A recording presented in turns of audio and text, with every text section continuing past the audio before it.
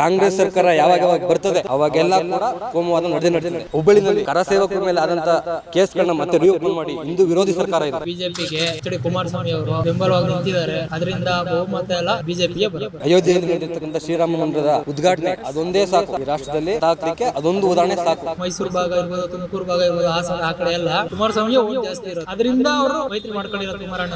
ರಾಜ್ಯ ಸರ್ಕಾರದ ಏನ್ ಹೇಳ್ತೀರಾ ಸರ್, ಅಷ್ಟೊಂದೇನು ಇಂಪ್ರೂವ್ಮೆಂಟ್ ಕಾಣಿಸ್ತಾ ಇಲ್ಲ, ಏನ್ ಕೆಲಸ ಮಾಡ್ತಾ ಇಲ್ಲ. ಅನ್ನಭಾಗ್ಯ ಅಂತ ಸಿದ್ದರಾಮಯ್ಯ ಬಿಡ್ತಾನೆ 70% ಸರ್ಕಾರದ್ದು, ಕೇಂದ್ರ ಸರ್ಕಾರದ ದುಡ್ಡು ಹಿಂಗಾಗುತ್ತೆ. ಅನ್ನಭಾಗ್ಯ ಯೋಜನೆ ಕೇಂದ್ರದಿಂದ ಕೊಡ್ತಾರ, 5 ಕೆಜಿ ಅಕ್ಕಿ ಕೊಡ್ತಾವ್ರೆ, ಇನ್ನೇನ್ ಕೊಡ್ತಿದಾರೆ ಅವರು. ಮಹಾರಾಷ್ಟ್ರದಲ್ಲಿ ಹೋಗಿ ಏಕನಾಥ್ ಶಿಂದೆ ಜೊತೆ ಮೈತ್ರಿ ಮಾಡ್ಕೊತಾರೆ. ಇವರು ಜಾತ್ಯತೀತ ಬಗ್ಗೆ ಮಾತಾಡ್ತಾರೆ ಕಾಂಗ್ರೆಸ್ನವರು. ಜಾತ್ಯತೀತ ಬಗ್ಗೆ ರಾಷ್ಟ್ರದಲ್ಲಿ ಮಾತಾಡ್ತಕ್ಕಂಥ ನೈತಿಕತೆ ಯಾರಿಗೂ ಕೂಡ ಇವತ್ತು ಉಳಿದಿಲ್ಲ. ಯೋಜನೆ ಬಂದ್ಬಿಟ್ಟು ನಮ್ಗೆ ತುಂಬಾ ಲಾಸ್. ಕಾಂಗ್ರೆಸ್ ಪಕ್ಷದ ಕಣ್ಣಿಗೆ ಎಲ್ಲವೂ ಕೂಡ ಹಾಗೆ ಕಾಣ. 55 ವರ್ಷ ಆಯ್ತು ರಾಷ್ಟ್ರವನ್ನು ಆಳಿ ಹಿಂದೂ ಮುಸ್ಲಿಂ ನಡುವೆ ತಂದಿಕ್ಕಿ ರಾಜಕಾರಣ ಮಾಡಿದ್ದಾರೆ. ನಮಸ್ತೆ ಸರ್, ನಿಮ್ಮ ಮುಂದಿನ ಪ್ರಧಾನಿ ಆಯ್ಕೆ ಯಾರು? ನಮ್ಮ ಮುಂದಿನ ಪ್ರಧಾನಮಂತ್ರಿ ನರೇಂದ್ರ ಮೋದಿ ಅವರು. ಯಾಕೆ ಸರ್ ನರೇಂದ್ರ ಮೋದಿ ಅವರು ಯಾಕೆ? ಸಾಕು ಸರ್, ಇವಾಗ ರಾಮ ಮಂದಿರ ಅಯೋಧ್ಯೆಯಲ್ಲಿ ರಾಮ ಮಂದಿರ ಕಟ್ಟಿದ್ದಾರೆ ಸರ್, ಅದೊಂದೇ ಸಾಕು ಸರ್. ಮತ್ತೆ ಇವಾಗ ಸಿಲಿಂಡರ್ ಎಲ್ಲ ಕಮ್ಮಿ ಆಯ್ತಾ ಇದೆ, ಪೆಟ್ರೋಲ್ ಡೀಸೆಲ್ ಎಲ್ಲ ಕಮ್ಮಿ ಆಗುತ್ತೆ. ಮುಂದೆ ಅಭಿವೃದ್ಧಿ ಆಗಬೇಕು ಅಂದ್ರೆ ಅವರೇ ಬೇಕು ನಮ್ಗೆ. ಓಕೆ, ಈಗ ರಾಮ ಮಂದಿರದ ವಿಚಾರ ಹೇಳಿದ್ರಿ. ರಾಮ ಮಂದಿರ ಜನವರಿ 22ಕ್ಕೆ ಉದ್ಘಾಟನೆ ಆಗ್ತಾ ಇದೆ. ಇದು ಕೂಡ ಒಂದು ರಾಜಕೀಯ ಕುತಂತ್ರ, ಯಾಕೆಂದ್ರೆ ಮತಗಳನ್ನು ಸೆಳೆಯುವ ತಂತ್ರ ಅಂತ ಹೇಳ್ತಾ ಇದ್ದಾರೆ. ಯಾಕೆಂತಂದ್ರೆ ಚುನಾವಣೆ ವರ್ಷ, ಅದರಲ್ಲೂ ಕೆಲವೇ ತಿಂಗಳುಗಳು ಬಾಕಿ ಇರೋ ಸಮಯದಲ್ಲಿ ಚುನಾವಣೆ ಹತ್ತಿರ ಇಟ್ಕೊಂಡು ಇವ್ರು ಮಾಡ್ತಾ ಇರೋದು ಮತಗಳನ್ನು ಸೆಳೆಯುವ ತಂತ್ರ ಅಂತ. ಅದು ಸುಮ್ಮನೆ ಕಟ್ಬಿಡೋಕ್ಕೆ ಅದೊಂದು 5 ನಿಮಿಷದ ಕೆಲಸ ಅಲ್ಲ ಸರ್. ಅಷ್ಟು ವರ್ಷದಿಂದ ಕಟ್ಕೊಂಬರ್ತಿದ್ದಾರೆ. ಇವಾಗ ಗಳಿಗೆ ಕೂಡು ಬಂದಿದೆ. ಅದಕ್ಕೆ ಇವಾಗ ಗಳಿಗೆ ಕೂಡು ಬಂದಿರೋದಕ್ಕೆ ಅವರು ಇವಾಗ ಓಪನ್ ಮಾಡ್ತಾ ಇರೋದು. ಸುಮ್ಮನೆ ಕಟ್ಬಿಡೋಕದೇನು ಒಂದು ಮನೆಯಲ್ಲಿ ಕಟ್ಟೋಕ್ಕಾಗಲ್ಲ ಸರ್. ಅದು ಖಂಡಿತ ನಿರ್ಮಾಣದ ಬಗ್ಗೆ ಯಾವುದೇ ಆದಂತಹ ಒಂದು ಟೀಕೆಗಳು ಅಥವಾ ಯಾವುದೋ ಒಂದು ಅಭಿಪ್ರಾಯ, ಕೆಟ್ಟ ಅಭಿಪ್ರಾಯ ಇಲ್ಲ. ಬಟ್ ಉದ್ಘಾಟನೆ ಮಾಡ್ತಾ ಇರುವ ಸಮಯ ಇದೆಯಲ್ಲ ಅಥವಾ ಸಂದರ್ಭ ಇದೆಯಲ್ಲ, ಅದು ಚುನಾವಣೆಗೆ ಹತ್ತಿರ ಇಟ್ಕೊಂಡು ಮಾಡ್ತಾ ಇದ್ದಾರೆ ಅಂತ. ಚುನಾವಣೆ ಇನ್ನೂ 2 ತಿಂಗಳು ಇದೆಯಲ್ಲ ಸರ್, ಈ ಓಪನ್ ಆಯ್ತಾರದು ಇನ್ನೂ 2 ತಿಂಗಳು ಬ್ಯಾಲೆನ್ಸ್ ಇರುತ್ತಲ್ಲ ಸರ್. ಅದೇ ಹತ್ತಿರದಲ್ಲಿ ಇಟ್ಕೊಂಡು ಮಾಡ್ತಾ ಇದಾರಲ್ಲ ಅಂತ. ಆ ಥರ ಏನಿಲ್ಲ ಸರ್, ಅವಾಗಿಂದ ಕಟ್ಕೊಂಡ್ ಬಂದಿರೋದು ಇವತ್ತು ಆಯ್ತಾ ಇರೋದು. ಇವಾಗ ಒಂದು ಮನೆ ಕಟ್ಟಬೇಕು ಅಂದ್ರೆ 1 ವರ್ಷ ಬೇಕು, ಇದು ಒಂದು 5 ವರ್ಷದಿಂದ ಕಟ್ತಾ ಇದಾರಲ್ವಾ, ಅದಕ್ಕೆ ಇವಾಗ ಬಂದಿದೆ. ಶುಭಗಳಿಗೆ ಇವಾಗ ಬಂದಿದೆ. ಹಾಗಿದ್ರೆ ಈಗ ಮತ್ತೆ ನರೇಂದ್ರ ಮೋದಿ ಅವರು ಪ್ರಧಾನಿ ಆಗಲಿ ಅಂತ ಹೇಳಿದ್ರಿ. 2 ಅವಧಿಗೆ ಅವರು ಪ್ರಧಾನಿ ಆಗಿದ್ರು, 3ನೇ ಅವಧಿಗೂ ಮತ್ತೆ ಯಾಕೆ ಮುಂದುವರಿಬೇಕು ಅಂತೀರಾ? ಇಂಪ್ರೂವ್ಮೆಂಟ್ ಹಂಗಿದೆ ಸರ್, ರಾಜ್ಯದಲ್ಲಿ ಇಂಪ್ರೂವ್ಮೆಂಟ್ ಹಂಗಿದೆ. ಬೆಂಗಳೂರು ಮೈಸೂರು ಹೈವೇ ಇರ್ಬೋದು, ಎಲ್ಲ ಇಂಪ್ರೂವ್ಮೆಂಟ್ ಚೆನ್ನಾಗಿದೆ.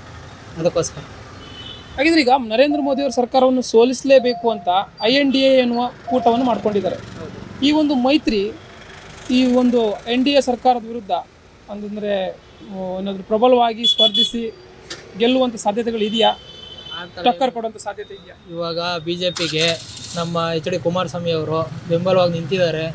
ಅದರಿಂದ ಬಹುಮತ ಎಲ್ಲ BJPಗೆ ಬರೋದು. ಓಕೆ, ನೀವು ರಾಜ್ಯದಲ್ಲಿ ಈಗ ಕುಮಾರಸ್ವಾಮಿ ಅವರು ಅಂತಂದರೆ JDS ಮತ್ತು BJP ಮೈತ್ರಿ ಬಗ್ಗೆ ಬಂದ್ರಿ. ಹಾಗಿದ್ರೆ ಈ ಮೈತ್ರಿ ಸಕ್ಸಸ್ ಆಗುತ್ತೆ ಅಂತೀರಾ? ಆಗುತ್ತೆ, ಖಂಡಿತ ಆಗುತ್ತೆ. ಜನಕ್ಕೆ ಕುಮಾರಸ್ವಾಮಿಗೆ ಓಟ್ ಇದೆ ಸರ್, ಫುಲ್ ಓಟ್ ಇದೆ.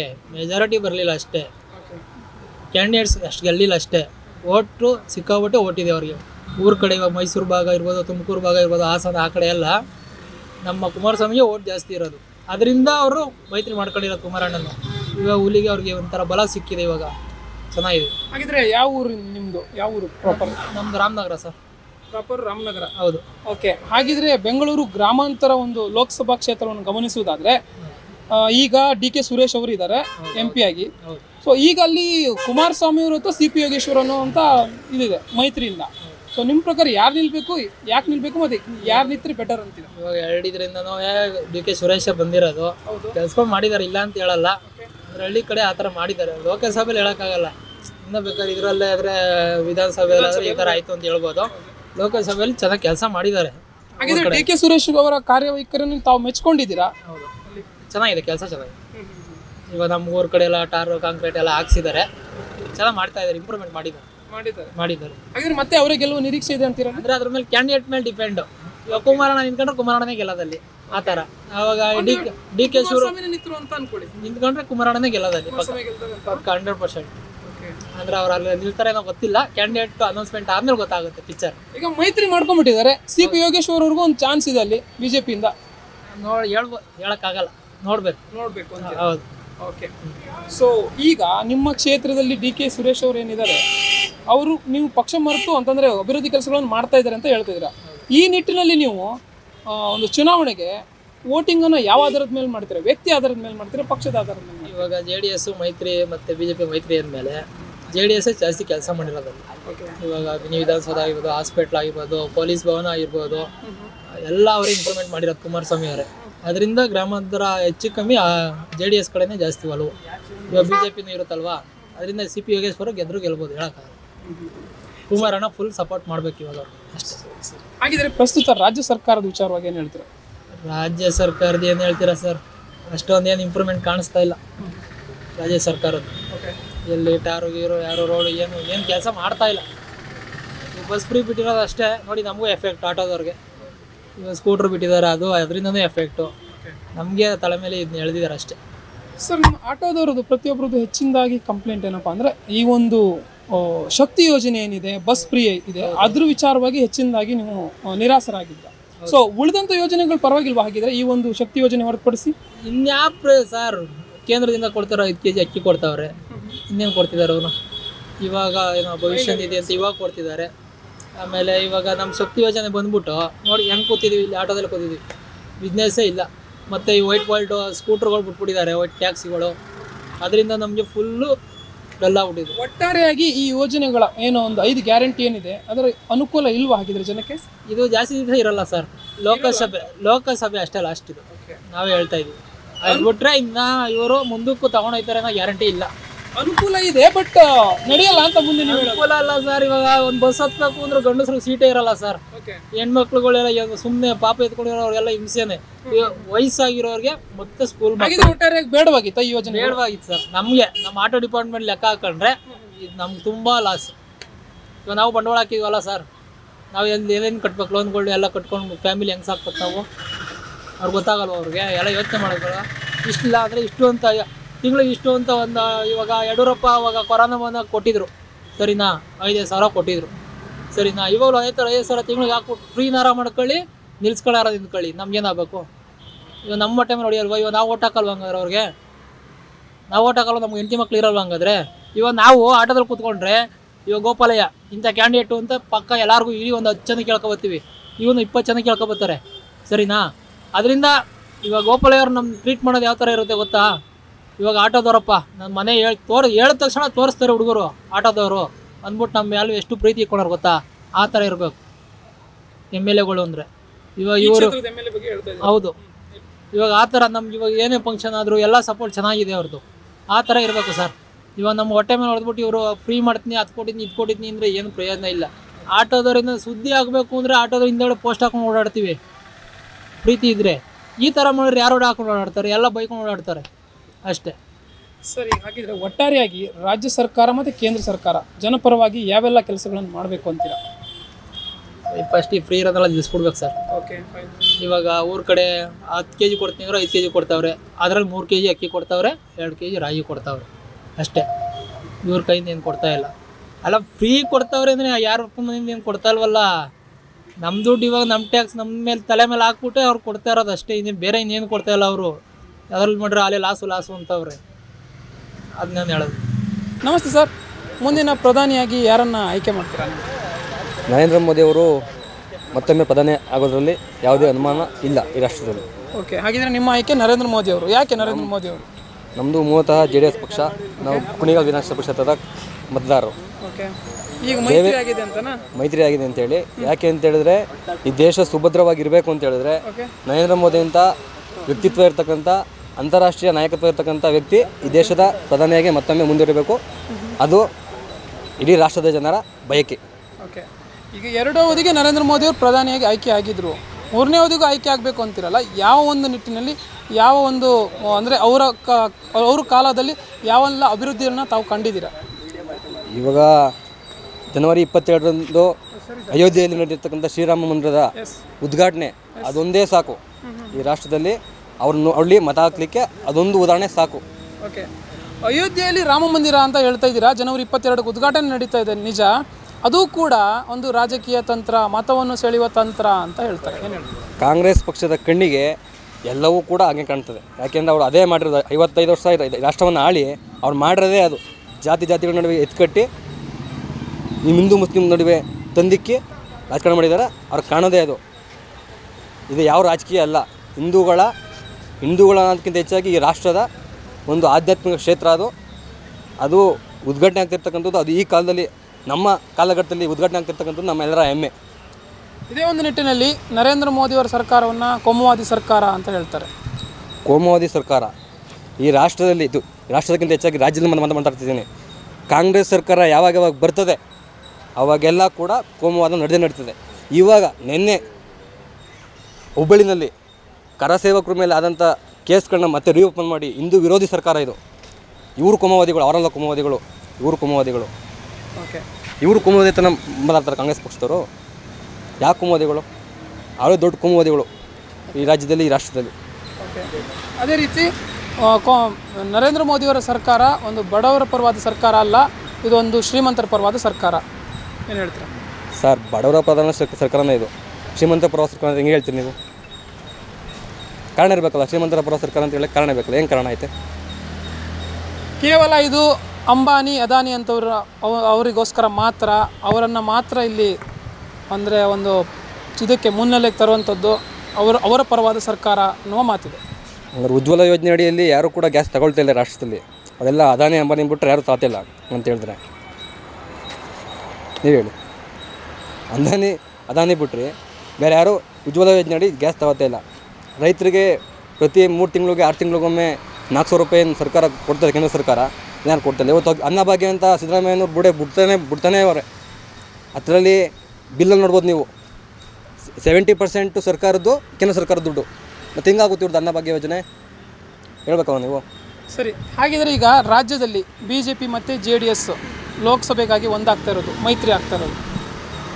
ಈ ರಾಜ್ಯದ ಒಂದು ದೊಡ್ಡ ದಂತಕತೆ ದೇವೇಗೌಡರು, ಸನ್ಮಾನ್ಯ ರೈತ ನಾಯಕರಾದಂಥ ಯಡಿಯೂರಪ್ಪನವರು, HD ಕುಮಾರಸ್ವಾಮಿ ಅವರು, ಈ ರಾಷ್ಟ್ರದ ಹೆಮ್ಮೆಯ ಪ್ರಧಾನಿಗಳಾದಂಥ ನರೇಂದ್ರ ಮೋದಿಯವರು ಒಂದು ವೇದಿಕೆ ಮೇಲೆ ನಿಂತು ಜನರ ಹತ್ರ ಅವರ ಮನವಿಯನ್ನು ಸಲ್ಲಿಸಿ ಈ ರಾಜ್ಯದಲ್ಲಿ 28ಕ್ಕೆ 28 ಸ್ಥಾನಗಳನ್ನು BJP JDS ಮೈತ್ರಿ ಗೆಲ್ತಂದ್ರೆ ಯಾವುದೇ ಅನುಮಾನ ಇಲ್ಲ. ಯಾರೂ ಕೂಡ ಅನುಮಾನ ಪಡೋದು ಪ್ರಶ್ನೆ ಇಲ್ಲ. 28ಕ್ಕೆ 20 ಕ್ಷೇತ್ರವನ್ನು BJP JDS ಮೈತ್ರಿ ಗೆಲ್ತದೆ. ಇದು ಸ್ವಾಭಾವಿಕ ಮೈತ್ರಿ. JDSನ ಕಾರ್ಯಕರ್ತರಿರ್ಬೋದು, BJP ಕಾರ್ಯಕರ್ತರಿರ್ಬೋದು, ಎರಡೂ ಪಕ್ಷದ ಕಾರ್ಯಕರ್ತರು ಕೂಡ ಈ ರಾಜ್ಯದಲ್ಲಿ ಕಾಂಗ್ರೆಸ್ನ ವಿರುದ್ಧನೇ ರಾಜಕಾರಣ ಮಾಡಿರ್ತಂಥದ್ದು.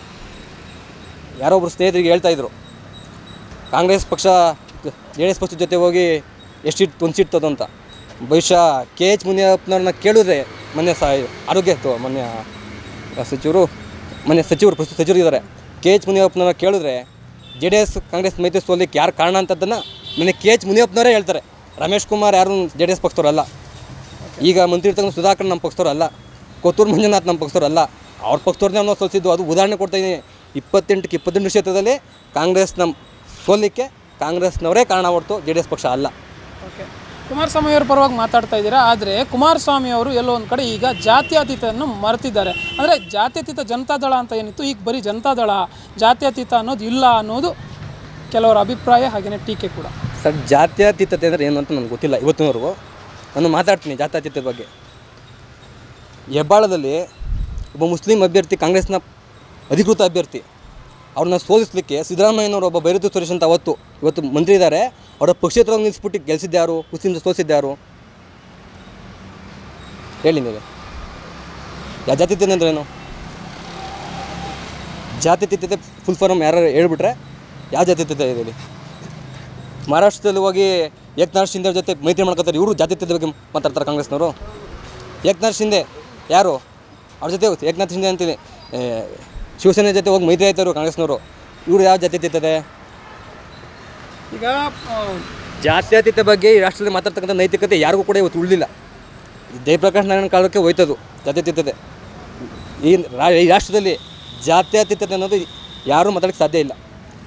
ಈಗ ಕುಮಾರಸ್ವಾಮಿ ಅವರ ಪಕ್ಷ ಅಂತಂದರೆ JDS ಪಕ್ಷದಲ್ಲಿ CM ಸಿದ್ದರಾಮಯ್ಯನವರನ್ನು ಕರೆದು ರಾಜ್ಯಾಧ್ಯಕ್ಷರ ಸ್ಥಾನವನ್ನು ಕೊಟ್ಟರು. ಆ ಬಳಿಕ ರಾಜ್ಯಾಧ್ಯಕ್ಷರ ಸ್ಥಾನದಿಂದ ಉಚ್ಚಾಟನೆ ಮಾಡಿದ್ರು. ಇದೆಲ್ಲ ನಡೆದಿರೋ ಒಂದು ಕಾರಣದಿಂದ ಅಂತಂದರೆ ಈಗೆಲ್ಲೋ ಒಂದು ಕಡೆ ಮುಸ್ಲಿಂ ಪರವಾದ ಓಲೈಕೆ ರಾಜಕಾರಣ ಮಾಡ್ತಾ ಇಲ್ಲ, ಹಿಂದೆ ಇವರು ಮಾಡ್ತಾ ಇದ್ರು ಕುಮಾರಸ್ವಾಮಿ ಅವರು ಅನ್ನುವ ಮಾತು. ಮುಸ್ಲಿಂ ಪರ ಓಲೈಕೆ ರಾಜಕಾರಣ ಯಾವತ್ತೂ ಕೂಡ ದೇವೇಗೌಡರ ಕುಟುಂಬ JDS ಪಕ್ಷ ಮಾಡಿಲ್ಲ. ಸರ್ವ ಜನಾಂಗದ ಶಾಂತಿಯ ತೋಟ ಅಂತೇಳಿ ಅವರು ರಾಜಕಾರಣ ಅವ್ರಿಗೆ ಅಧಿಕಾರ ಸಿಕ್ಕಂಥ ಸಂದರ್ಭದಲ್ಲೆಲ್ಲ ಕೂಡ ಅವರ ಅವಧಿನಲ್ಲಿ ಯಾವುದೇ ಕೋಮು ಗಲಭೆಗಳ ಅವಕಾಶ ಕೊಟ್ಟಿಲ್ಲ. ಅವರು ಯಾವತ್ತೂ ಕೂಡ ಮುಸ್ಲಿಮ್ರಿಗೆ 4% ರಿಸರ್ವೇಷನ್ ಕೊಟ್ಟವರೇ ಇವರು. ಅಲ್ಪಸಂಖ್ಯಾತರು ಅಂತೇಳಿ ಅವ್ರು ಯಾವತ್ತೂ ಕೂಡ ಇದನ್ನೆಲ್ಲ ಮಾಡೋಕ್ಕೆ ಹೋಗಲಿಲ್ಲ. ಓಕೆ, ಹಾಗಿದ್ರೆ ತಾವು ಒಪ್ಕೊಳ್ಳಲ್ವಾ ಅಂತಂದರೆ ಹಿಂದೆ ಮುಸ್ಲಿಂ ಪರ ಓಲೈಕೆ ರಾಜಕಾರಣ ಮಾಡ್ತಿದ್ರು, ಅಲ್ಪಸಂಖ್ಯಾತರ ಪರವಾದ ಓಲೈಕೆ ರಾಜಕಾರಣ ಮಾಡ್ತಿದ್ರು, ಎಲ್ಲೋ ಒಂದು ಕಡೆ ಹಿಂದುತ್ವವನ್ನು ಬದಿಗಿರಿಸಿ ಮಾಡ್ತಿದ್ರು. ಈಗ ಹಿಂದುತ್ವ ಮುನ್ನೆಲೆಗೆ ಬಂದಿದೆ ಕುಮಾರಸ್ವಾಮಿ ಅವ್ರದ್ದು ಅಂತ. ಹಿಂದುತ್ವ ಮುನ್ನೆಲೆಗೆ ಬರ್ತ ಈಗ ನಿಮಗೆ ಗೊತ್ತು, ಬಹುಶಃ ನಮ್ಮ ರಾಜ್ಯದಲ್ಲಿ ಇಡೀ ರಾಷ್ಟ್ರದಲ್ಲಿ ನಮ್ಮ ರಾಜ್ಯದ ದೇವೇಗೌಡರು ಕುಟುಂಬ ದೇವ್ರನ್ನ ನಂಬಿದಷ್ಟು, ಅವ್ರು ಪೂಜೆ ಮಾಡಿದಷ್ಟು ಯಾರಾದರೂ ಬೇರೆ ಕುಟುಂಬ ಪೂಜೆ ಮಾಡ್ತದೆ ಹಿಂದುತ್ವವನ್ನು ನಂಬ್ತದೆ ಅಂತ ಯಾರು ಹೇಳ್ಬಿಟ್ರೆ ವೈಯಕ್ತಿಕವೇ ಬೇರೆ, ರಾಜಕಾರಣದಲ್ಲೇ ಬೇರೆ. ಈಗ BJP ಜೊತೆಗಿನ ಮೈತ್ರಿ ಆಗಿರೋದ್ರಿಂದ ಈ ರೀತಿ ನಡ್ಕೋತಾ ಇದ್ದಾರೆ ಅನ್ನೋದು ಏನು ಹೇಳ್ತೀರಾ? ಕಾಂಗ್ರೆಸ್ನವರು ಸುಳ್ಳು ಹೇಳೋಕ್ಕೆ ಇರೋದು. ಮೊನ್ನೆ ಕುಮಾರಸ್ವಾಮಿ ಅವರು ಕಳೆದ ವಿಧಾನಸಭೆ ಅಧಿವೇಶನದಲ್ಲಿ ಹೇಳಿದ್ದಾರೆ, ನನ್ನ ಧರ್ಮದ ಬಗ್ಗೆ ಮಾತಾಡೋವಾಗ ಕೆಟ್ಟದಾಗಿ ಮಾತಾಡುವಾಗ ಅದನ್ನು ಸಹಿಸ್ಕೊಂಡ್ರೆ ನನ್ನಂಥ ಅಯೋಗ್ಯ ಮತ್ತೊಬ್ಬ ಇರಲಿಕ್ಕೆ ಸಾಧ್ಯ ಇಲ್ಲ ಅಂತ ಅವತ್ತು ಪಕ್ಷದ ಅಧ್ಯಕ್ಷ ಇದ್ದಿದ್ದು CM ಇಬ್ರಾಹಿಂ ಅಂಥ ಕಾಲದಲ್ಲೇ ಅಧಿವೇಶನದಲ್ಲೇ ಮಾತನಾಡಿದ್ದಾರೆ. ನಾವು ಯಾವತ್ತೂ ಓಲೈಕೆ ರಾಜಕಾರಣ ಮಾಡಿಲ್ಲ. ನಮ್ಮ ಧರ್ಮ ನಾವು ಪ್ರೀತಿಸಕ್ಕಂಥದ್ದು ವಿಮಾನ ಇರ್ತಕ್ಕಂಥದ್ದು ನಮ್ಮ ಮೊದಲು, ಆಮೇಲೆ ನಂತರ. ಅಂದರೆ ನಾವು ಬೇರೆಯನ್ನು ದೂಷಿಸ್ತಿಲ್ಲ, ಮುಸ್ಲಿಮ್ನ ವಿರೋಧಿಗಳ ನಾವಲ್ಲ. ಹಾಗಿದ್ರೆ ಈ BJP JDS ಮೈತ್ರಿ ಸಕ್ಸಸ್ ಕಾಣುತ್ತೆ ಅಂತೀರಾ? 100% ಸಕ್ಸಸ್ ಕಾಣುತ್ತೆ. ಈ ರಾಜ್ಯದಲ್ಲಿ 28 ಕ್ಷೇತ್ರವನ್ನು JDS BJP ಮೈತ್ರಿ ಗೆಲ್ತದೆ. ಮತ್ತೊಂದು ಇಷ್ಟೆಲ್ಲ ಹೇಳ್ತಾರಲ್ಲ ಕಾಂಗ್ರೆಸ್ನವರು, ದೇವೇಗೌಡರನ್ನ ಒಬ್ಬ ಕನ್ನಡಿಗನನ್ನು ಪ್ರಧಾನಮಂತ್ರಿ ಸ್ಥಾನದಿಂದ ಕೆಳಗಿಳಿಸಲಿಕ್ಕೆ ಕೊಟ್ಟಿದ್ದ ಬೆಂಬಲವನ್ನು ವಾಪಸ್ ತಗೊಳ್ಳಿಕ್ಕೆ ಒಂದು ಕಾರಣ ಕೊಡಿ. ಹಗರಣ ಮಾಡಿದ್ರಾ, ಭ್ರಷ್ಟಾಚಾರ ಮಾಡಿದ್ರಾ, ಏನು ತಪ್ಪು ಮಾಡಿದ್ರು ಒಂದು ಕಾರಣ ಕೊಡಲಿ. ಮತ್ತು ಮಲ್ಲಿಕಾರ್ಜುನ ಖರ್ಗೆ ಕನ್ನಡಿಗರು ಪ್ರಧಾನಿ ಆಗಲಿ ಬೇಡ ಅಂತಲ್ಲ, ಅವ್ರು ಪ್ರಧಾನಮಂತ್ರಿ ಅಭ್ಯರ್ಥಿ ಮಾಡಿ ಅಂತ ಮಮತಾ ಬ್ಯಾನರ್ಜಿ ಹೇಳ್ತಾರೆ, ಬೇರೆ ಪಕ್ಷದ ಇನ್ನೊಬ್ಬ ವ್ಯಕ್ತಿ ಹೇಳ್ತಾರೆ. ಕಾಂಗ್ರೆಸ್ ಪಕ್ಷದ ಒಬ್ಬ ನಾಯಕ ಕೂಡ ಮಲ್ಲಿಕಾರ್ಜುನ ಪರವಾಗಿ ಮಾತನಾಡೋದಿಲ್ಲ. ಮೊನ್ನೆ ಮುಖ್ಯಮಂತ್ರಿಗಳು ನಿನ್ನೆ ಹೇಳ್ತಾರೆ ರಾಹುಲ್ ಗಾಂಧಿಗೆ ರಾಷ್ಟ್ರದಲ್ಲಿ ಅಧಿಕಾರ ಕೊಡಬೇಕು, ಅವ್ರ ಕುಟುಂಬಕ್ಕೆ ಒಂದೇ ಬದಬೇಕು ಅಧಿಕಾರ. ಮಲ್ಲಿಕಾರ್ಜುನ ಖರ್ಗೆ ಕನ್ನಡಿಗರಾಗದೆ ಯಾರೂ ಸಹಿಸಲ್ವಾ? ಅವ್ರ ಪಕ್ಷದವರೇ ಸಹಿಸಲ್ವಾ? ನಮ್ಗೆ ಖುಷಿ ಆಗೋದಪ್ಪ. ಕಾಂಗ್ರೆಸ್ನವ್ರು ಏನಾದರೂ ಮಲ್ಲಿಕಾರ್ಜುನ ಖರ್ಗೆ ಅವ್ರನ್ನ ಪ್ರಧಾನಮಂತ್ರಿ ಅಭ್ಯರ್ಥಿ ಮಾಡ್ತೀವಿ ಅಂತ ಹೇಳಿದರೆ ನಮಗೂ ಕೂಡ ಖುಷಿ ಆಗೋದು. ಬಹುಶಃ ಬೇರೆ TMC ಅವರ ಮಲ್ಲಿಕಾರ್ಜುನ ಖರ್ಗೆ ಮಮತಾ ಬ್ಯಾನರ್ಜಿ ಹೇಳಿದ್ರೆ ಇವರು ಸಪೋರ್ಟ್ ಮಾಡಲ್ಲ, ಇನ್ನು ಇವರು ದಲಿತರ ಪರವಾಗಿ ಮಾತಾಡ್ತಾರೆ ಹೇಳಿ. ಹಾಗಿದ್ರೆ ಕರ್ನಾಟಕ ರಾಜ್ಯದಿಂದ ಒಬ್ಬ ನಾಯಕ ಅಥವಾ ದಕ್ಷಿಣ ಭಾರತದ ಒಬ್ಬ ನಾಯಕ ಪ್ರಧಾನಿಯಾಗಿ ಆಯ್ಕೆ ಆದರೆ ಸೂಕ್ತನಾ? ಸೂಕ್ತ. ದಕ್ಷಿಣ ಭಾರತದವರು ಪ್ರಧಾನಮಂತ್ರಿ ಆಗಲಿಕ್ಕೆ ಅವಕಾಶ ಸಿಗಬೇಕು, ಆಗಲಿ, ಆ ಥರ ನೋಡ್ಮನ ಇಲ್ಲ. ಆದರೆ ಇವತ್ತಿನ ಕಾಲಕ್ಕೆ ನರೇಂದ್ರ ಮೋದಿಯವರು ಸೂಕ್ತ. ಹಾಗಿದ್ರೆ ಈಗ ಪ್ರಸ್ತುತ ರಾಜ್ಯ ಸರ್ಕಾರದ ವಿಚಾರವಾಗಿ ಏನು ಹೇಳ್ತೀರಾ? ರಾಜ್ಯ ಸರ್ಕಾರ ಯಾವ ಕಾರಣಗಳನ್ನು ಕೊಟ್ಟು ಅಧಿಕಾರಕ್ಕೆ ಬಂತು ಆ ಕಾರಣಗಳನ್ನೇ ಮಾಡಿಸ್ಬಿಟ್ಟವ್ರೆ. ಉದಾಹರಣೆ 40% ಕಮಿಷನ್ ಆರೋಪ ಮಾಡ್ಕೊಂಡು ಗೆದ್ದು ಬಂದರು. CM ಏನೋ ಆರೋಪ ಮಾಡೋರು ಗೆದ್ಕೊಂಡ್ಬಂದರು. ಬಹುಶಃ ಇವತ್ತು ಎಷ್ಟು ತಿಂಗಳಾಗಿರ್ಬೇಕು ಸರ್ಕಾರ ಬಂದು? ಅವ್ರ ಮೇಲೆ ಒಂದೇ ಒಂದು ಕ್ರಮವನ್ನು ತೆಗೆದುಕೊಂಡಿದ್ದಾರೆ ಹೇಳಿ, ನೀವು ಹೇಳಿ. ಒಂದೇ ಒಂದು ಸಣ್ಣ ಕ್ರಮ ತಗೊಂಡಾರ ಹೇಳಿ ನೀವು. ಓಕೆ, ಈಗ ಪಂಚ ಯೋಜನೆಗಳು ಅಥವಾ ಗ್ಯಾರಂಟಿ ಯೋಜನೆಗಳು ಏನು ಜಾರಿಯಲ್ಲಿದೆಯಲ್ಲ ಅದರಿಂದ ಜನಕ್ಕೆ ಅನುಕೂಲ ಆಗ್ತಾ ಇದೆಯೋ ಇಲ್ವೋ? ಬಹುಶಃ ವಿದ್ಯಾರ್ಥಿಗಳು, ನೀವು ಯಾರು ಕಾಲೇಜ್ ಹತ್ರ ಹೋಗ್ಬಿಟ್ಟು ವಿದ್ಯಾರ್ಥಿಗಳನ್ನ ಕೇಳಿದ್ರೆ ಈ ಪಂಚ ಯೋಜನೆಗಳ ಬಗ್ಗೆ ಅವರೇ ಚೆನ್ನಾಗಿ ಹೇಳ್ತಾರೆ. ಸಾರಿಗೆ ಬಸ್ಸು ಮೊದಲು 100 ಬಸ್ ಬರೋವು, ಈಗ 50 ಬಸ್ ಮಾಡಿಬಿಡವ್ರೆ. ವಿದ್ಯಾರ್ಥಿಗಳು ಪಾಪ ಕಾಲೇಜ್ಗೆ ಹೋಗೋಕ್ಕಾಯ್ತಿಲ್ಲ, ಸ್ಕೂಲ್ಗಳಿಗೆ ಹೋಗೋಕ್ಕಾಯ್ತಿಲ್ಲ. ಇವ್ರು ಮಾಡಿರೋ ಕಾರ್ಯಕ್ರಮ ಯುವನಿಧಿ ಎಲ್ಲೋಯ್ತು? ಇವ್ರು ಬರ್ಬೇಕಾರೆ ಅಂತ ಹೇಳಿದ್ರು ಯುವನಿಧಿಗೆ. ಪದವೀಧರರಿಗೆಲ್ಲ ಎಷ್ಟು ಕೊಡ್ತೀನಿ ಅಂತ ಹೇಳಿದ್ರು. ಆಮೇಲೆ ಲಾಸ್ಟ್ ಇಯರ್ ಪಾಸ್ ಆದವ್ರು ಮಾತ್ರ, ಅಂದರೆ ಮೊದಲಿದ್ದವ್ರು ಪದವೀಧರಿಗೆಲ್ಲ ಉದ್ಯೋಗ ಕೊಟ್ಬಿಟ್ಟವ್ರು ಅಲ್ಲಿ ಅವರು. ಮೊದಲಿದ್ದು ಪದವೀಧರರಿಗೆಲ್ಲ ಉದ್ಯೋಗ ಕೊಟ್ಬಿಟ್ಟವ್ರೆ. ಈಗಿರೋ ಪದವೀಧರಿಗೆ ಮಾತ್ರ ಕೊಡೋದು. ಯಾವುದ್ರಿ ಇವ್ರದ್ದು? ಹಾಗಿದ್ರೆ ಹೇಳಿದ್ದೊಂದು ಮಾಡಿದ್ದೊಂದು ಅಂತ ಹೇಳಿದ್ದೊಂದು ಮಾಡಿದ್ದೊಂದು ಇವ್ರದ್ದು. ಕರೆಕ್ಟಾಗಿ ಮಾಹಿತಿ ನೀಡಿಲ್ಲ, ಈಗ ಬೇರೆ ರೀತಿ ನಡ್ಕೋತಾ ಇದ್ದಾರೆ ಅಷ್ಟು. ಹಂಗೆ ಮಾಡ್ತಿರೋದು ಕಾಂಗ್ರೆಸ್ ಸರ್ಕಾರ. ಓಕೆ, ಸರಿ. ಆಗಿದ್ರೆ ಈಗ ಒಟ್ಟಾರೆಯಾಗಿ ನೋಡೋದಾದರೆ ರಾಜ್ಯ ಸರ್ಕಾರ ಮತ್ತು ಕೇಂದ್ರ ಸರ್ಕಾರದಿಂದ ಯಾವೆಲ್ಲ ಅಭಿವೃದ್ಧಿ ಕೆಲಸಗಳನ್ನು ತಾವು ಎಕ್ಸ್ಪೆಕ್ಟ್ ಮಾಡ್ತೀರಾ ಒಬ್ಬ ಯೂತ್ ಆಗಿ? ಇಲ್ಲ, ನಾನು ಈ ಕಾಂಗ್ರೆಸ್ ಸರ್ಕಾರದಿಂದ ಯಾವುದೇ ಕೆಲಸ ಕಾರ್ಯಗಳನ್ನು ನಾನು ಮಾಡಲ್ಲ. ಅವ್ರದ್ದು ಬಿಸ್ನೆಸ್ ರಾಜಕಾರಣ. ನಮ್ಮದು ಬೆಂಗಳೂರು ಗ್ರಾಮಾಂತರ ಕ್ಷೇತ್ರ ಸೇರ್ತದೆ ಕುಣಿಗಲ್ನವರು. ಎಕ್ಸ್ಪೆಕ್ಟ್ ಮಾಡಲೇಬೇಕು ಸರ್, ಯಾವುದೇ ಒಂದು ನೀವು ಮತ ಹಾಕಿರ್ತೀರಲ್ವಾ, ಪ್ರಜೆಯಾಗಿ ಎಕ್ಸ್ಪೆಕ್ಟ್ ಮಾಡಲೇಬೇಕು. That may be Congress or JDS or BJP ಯಾವುದೇ ಆಗಿರ್ಬೋದು. ಒಟ್ಟಾರೆಯಾಗಿ ಒಂದು ಸರ್ಕಾರ ಅಂದಮೇಲೆ ಪ್ರಜೆಯಾಗಿ ತಾವು ಎಕ್ಸ್ಪೆಕ್ಟ್ ಮಾಡಬೇಕು. ತಾವು ಏನೆಲ್ಲ ಕೆಲಸಗಳನ್ನು ಅಥವಾ ಯಾವೆಲ್ಲ ಅಭಿವೃದ್ಧಿ ಕೆಲಸಗಳನ್ನು ಬಯಸ್ತೀರಾ? ಎಕ್ಸ್ಪೆಕ್ಟ್ ಮಾಡಬೇಕು, ಮಾಡೋದಂತಲ್ಲ. ಬಟ್ ಕಾಂಗ್ರೆಸ್ ಸರ್ಕಾರ ಎಕ್ಸ್ಪೆಕ್ಟೇಷನ್ಗೆ ಕಂಪ್ಲೀಟ್ ಮಾಡೋದಲ್ಲ. ಈ ಉದಾಹರಣೆಗೆ ಹೇಳ್ತೀನಿ, ನಾನು ಬೆಂಗಳೂರು ಗ್ರಾಮಾಂತರ ಕ್ಷೇತ್ರಕ್ಕೆ ಸೇರೋದಂತಂದು ಕುಣಿಗಲ್ ಕ್ಷೇತ್ರದ ವ್ಯಾಪ್ತಿಲಿ ಕುಣಿಗಲ್ ಸ್ಪಟ್ ಫಾರಮ್ ಅಂತ ಇದೆ. ಅದನ್ನ ಟೌನ್ಶಿಪ್ ಮಾಡೋಕ್ಕೆ ಲೂಟಿ ಮಾಡ್ಲಿಕ್ಕೆ ಹೊರಟಿದ್ದಾರೆ. D K she brothers. Okay, ಅಲ್ಲೂ ಕೂಡ ಅಭಿವೃದ್ಧಿ ಕೆಲಸಗಳು ಹೇಗಿದೆ ಅಥವಾ ಅಭಿವೃದ್ಧಿ ಕೆಲಸ ಮಾಡ್ತಿದಾರಲ್ಲ, ನೆಕ್ಸ್ಟ್ ಎಲೆಕ್ಷನ್ ದುಡ್ಡು ಬೇಕು, ಟೌನ್ಶಿಪ್ ಮಾಡ್ಕೊತಾರೆ, ಮಾಡ್ತಿದ್ದಾರೆ. ಇದು ವಿರುದ್ಧವಾಗಿ ಹೋರಾಟವನ್ನು ಪ್ರಾರಂಭ ಮಾಡಿದ್ದೇವೆ.